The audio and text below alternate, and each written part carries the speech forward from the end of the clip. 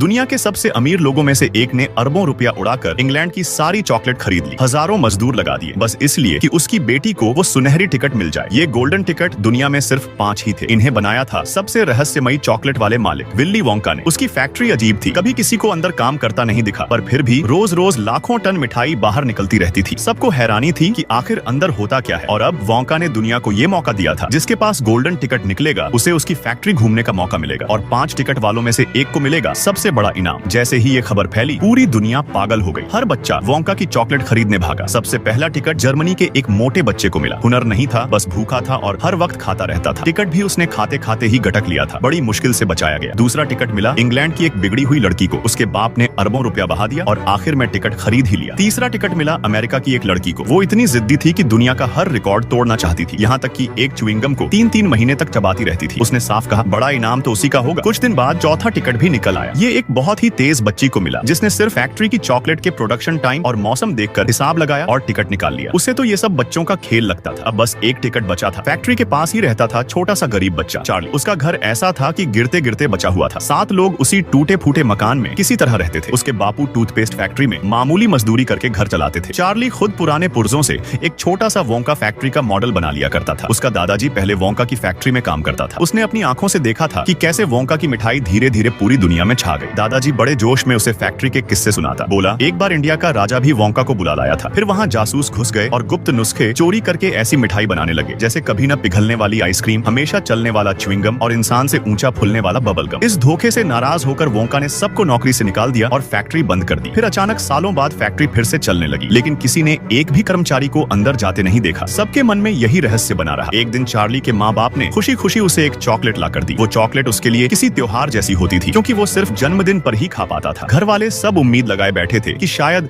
इसमें चमत्कार हो जाए, लेकिन जब पैकेट खोला तो निकली सिर्फ साधारण चॉकलेट, टिकट नहीं। फिर भी चार्ली ने उस चॉकलेट को छोटे छोटे टुकड़ों में बांटकर सबको खिला दिया। पर दादाजी हार मानने वालों में नहीं थे। उन्होंने अपने पुराने छुपाए हुए पैसे निकाले और चार्ली से कहा जा एक और ले आ। लेकिन नतीजा वही, टिकट फिर नहीं निकला। निराश चार्ली फैक्ट्री के दरवाजे पर खड़ा होकर सपने देखने लगा। तभी अचानक बर्फ में उसे एक नोट उड़ता मिला, जैसे भगवान ने उसके हाथ में डाल दिया हो। वो भागा और एक चॉकलेट खरीद ली। धीरे धीरे खोली और उसमें चमचमाती हुई गोल्डन टिकट चमक रही थी। चार्ली खुशी से कांपने लगा, लेकिन आसपास के लोग टिकट छीनने दौड़ पड़े। तभी दुकानदार ने सबको रोककर कहा बेटा भाग घर जा और अपने परिवार के साथ जश्न मना। घर पहुंचकर जब दादाजी ने टिकट देखा तो इतने सालों बाद खाट से कूदकर नाचने लगे।